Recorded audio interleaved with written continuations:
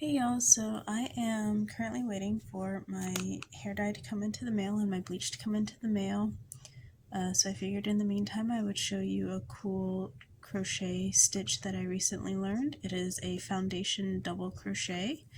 I figured I would teach everybody this because recently I was working on a crochet pattern that required me to do a chain stitch and then connect it in the round and then double crochet into that, and it was a very fitted pattern that I was making, and for the life of me I could not get it over my head, around my shoulders, because it didn't have enough give to it.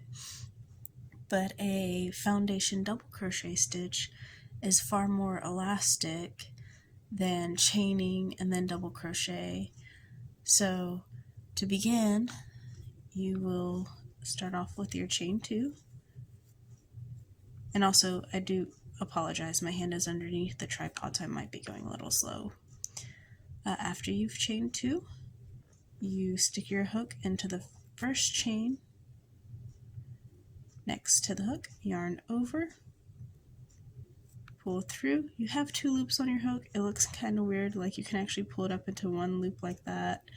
I recommend doing this step a little bit more tight than you normally would, and you'll see why here in a sec.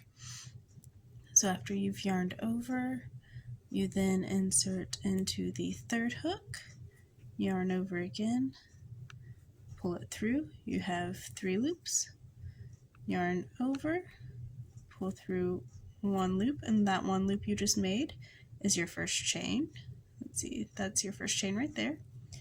And then you yarn over, pull through 2, yarn over, pull through 2 again. And this is why I recommend you do that one tighter than normal. Let's see if I can splay it out.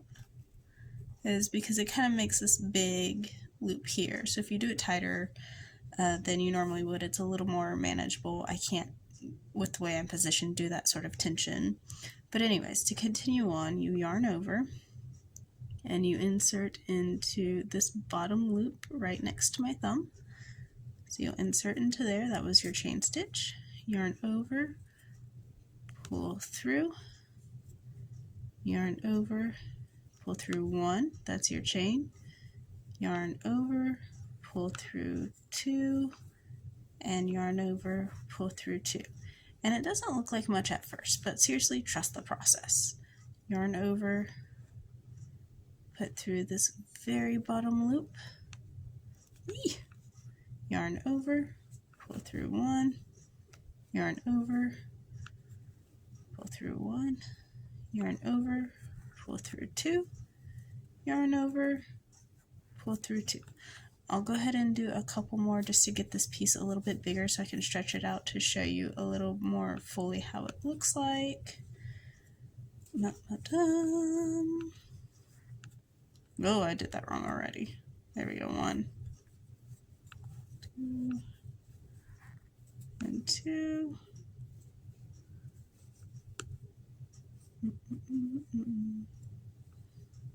Is this what I was just doing? I don't even remember half the time. Do you ever just space out while you're crocheting and totally forget where you are, what you're doing?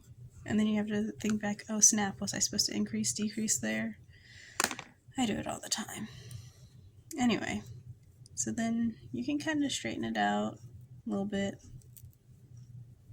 And see? Now you have a foundation chain. Here's that one that I said you should do tighter, just because it makes a big loop.